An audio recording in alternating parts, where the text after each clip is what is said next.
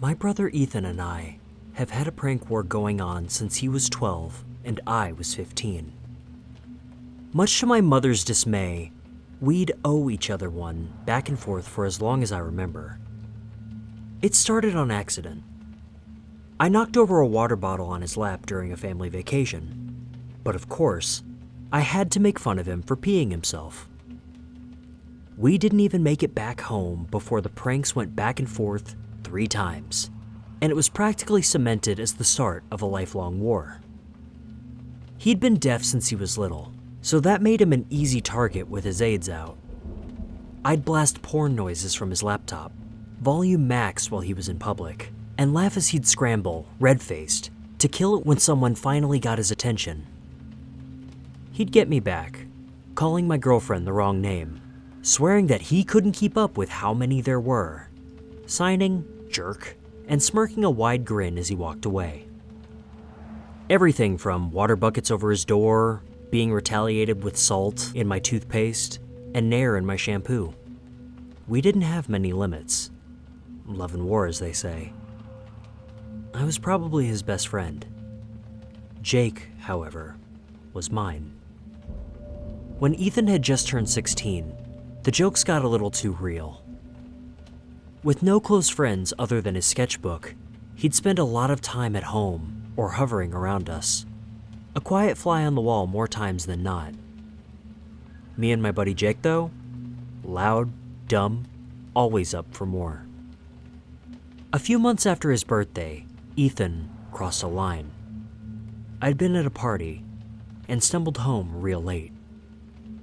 Ethan knew the window I snuck in and out from, so when I tried opening it, it crashed down. He had removed the pins holding the window in the frame, substituting them with a few pieces of duct tape. The fucker shattered on my head, split the top of it open, cut my arms, and scared the hell out of me, honestly. My dad caught me drunk as a skunk, cussing, and covered in my own blood.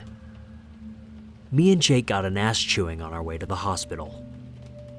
After my dad dropped Jake off for his own punishment, I stormed into Ethan's room. Bro, I'm so sorry, I didn't let him finish.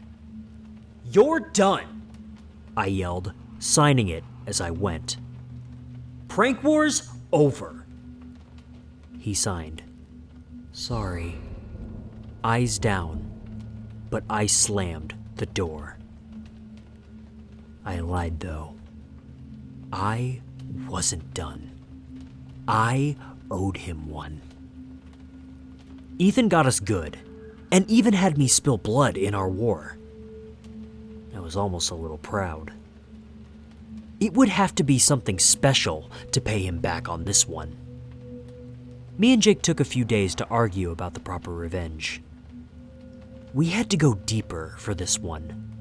No more spitballs or hacking his Facebook page. We decided to spend a little money. Jake found this side-loaded prank app on a sketchy forum. It could sync into Ethan's Bluetooth hearing aid and play sounds randomly throughout the day. Footsteps, whispers, creaks. Perfect payback. I'd toyed with his ears before, but this time though, we wanted to hit deeper.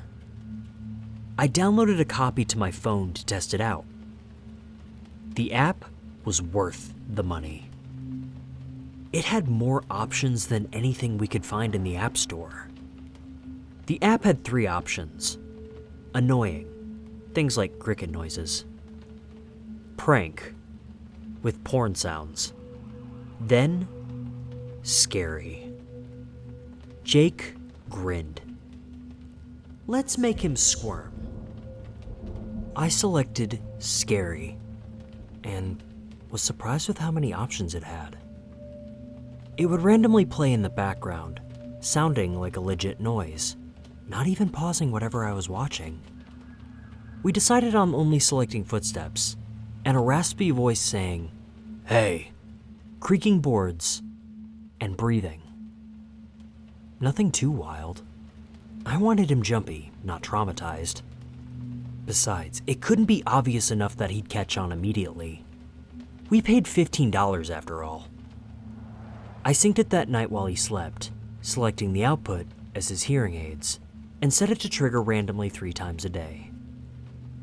I figured it'd be enough to freak him out, maybe even think his aids were on the fritz, and afterward, we'd call it even. By the second week, however, nothing. Ethan didn't react. He shuffled to breakfast, YouTube playing away as he'd sketched in his corner. Day after day, the same. We thought the app must have flopped, or didn't pair. Jake and I let it go and started planning our next joke. I guess that's what you get for buying things from random people online. 3 weeks later, Ethan was dead. Mom found him. Rope, a tip chair, and no note. Just like that, my little brother was gone.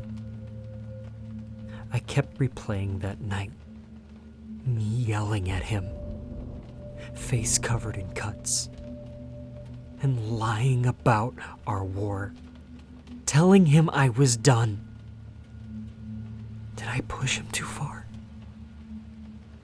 A few weeks after the funeral, I was in his room, just cleaning up.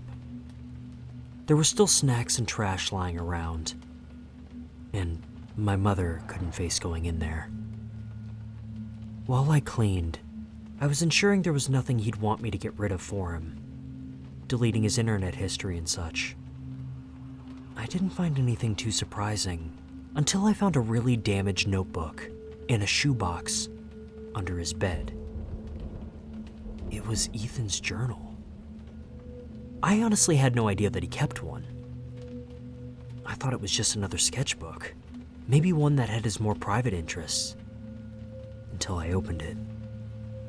I realized this is where he kept his most private thoughts, and honestly, I made it 2 pages before I realized he'd never want my parents to see this. I called Jake to meet me at the railroad tracks. We opened his journal. Early pages were about him coming to terms with the fact that he was different, deaf, and the other aspects of his life. He'd talk about feeling alone and his first crush, his first kiss, and how our parents wouldn't understand if he brought another guy home. I had no idea he was gay. So many dreams, drawings, and ambitions. As I flipped through the pages, I wished my brother would have come to me with some of these things. As he got older, the entries became less and less frequent. One thing he was always sure to log was the pranks, though. He got me with the porn audio again. I convinced Sarah he was seeing his ex still. I had no idea why me and her broke up. Feeling closer to my brother than I ever did, I finally got to a few weeks ago. I'm going to rig his window. Should give him a good thumping on his head. Then, he's mad. Says it's over. I didn't mean it. I'm so sorry. I didn't mean to. I should have known it would hurt him. I shouldn't have done that. I'm so stupid. So stupid. I could have killed him.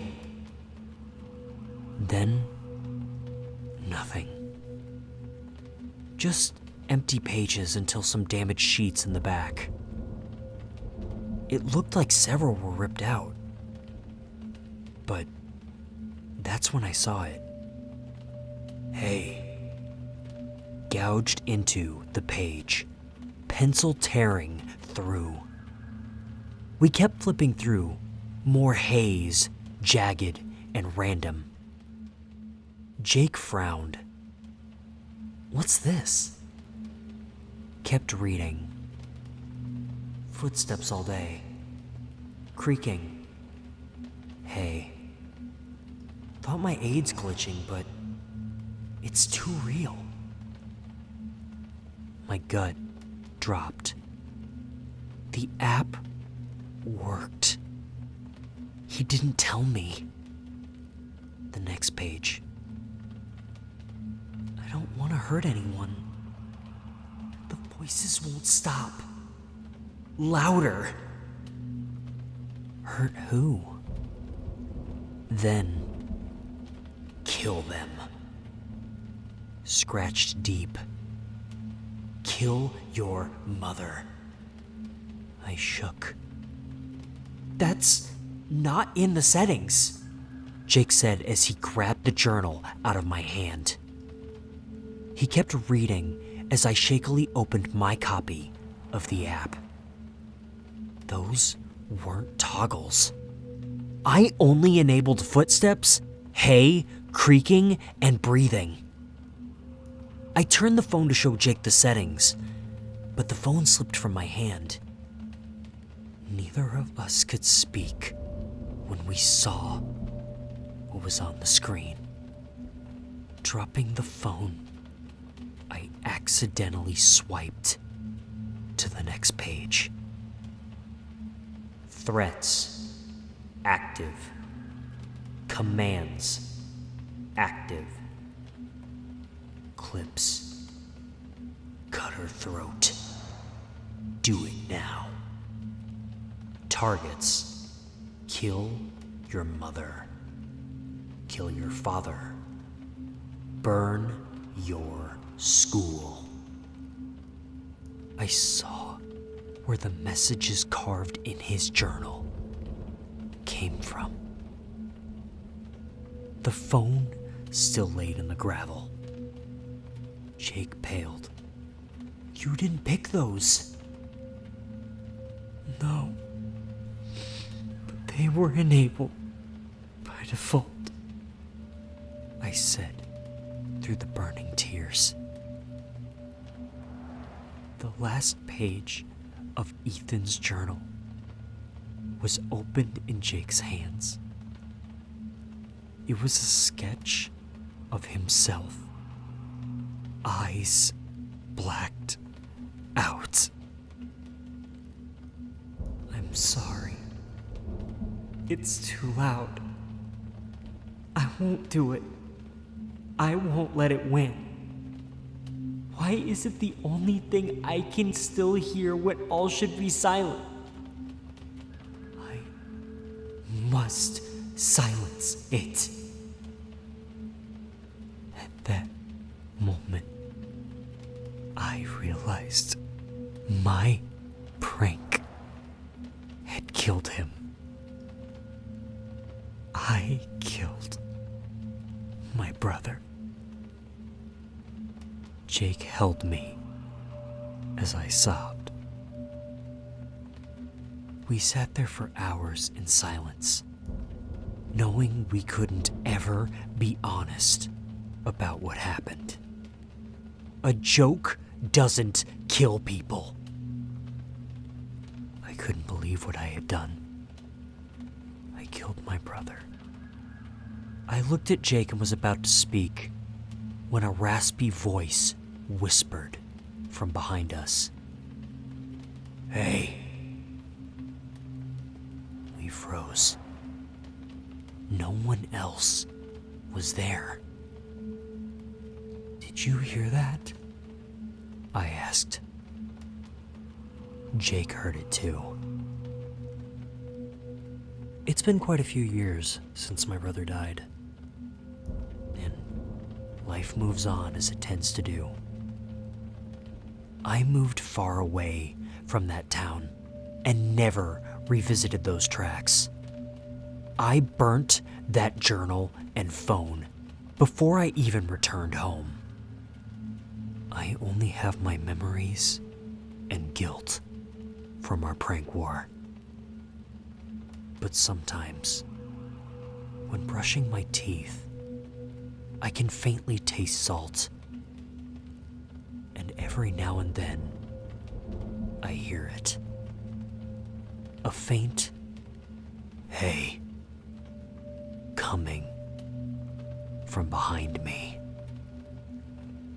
I guess I still won the prank war. Didn't I?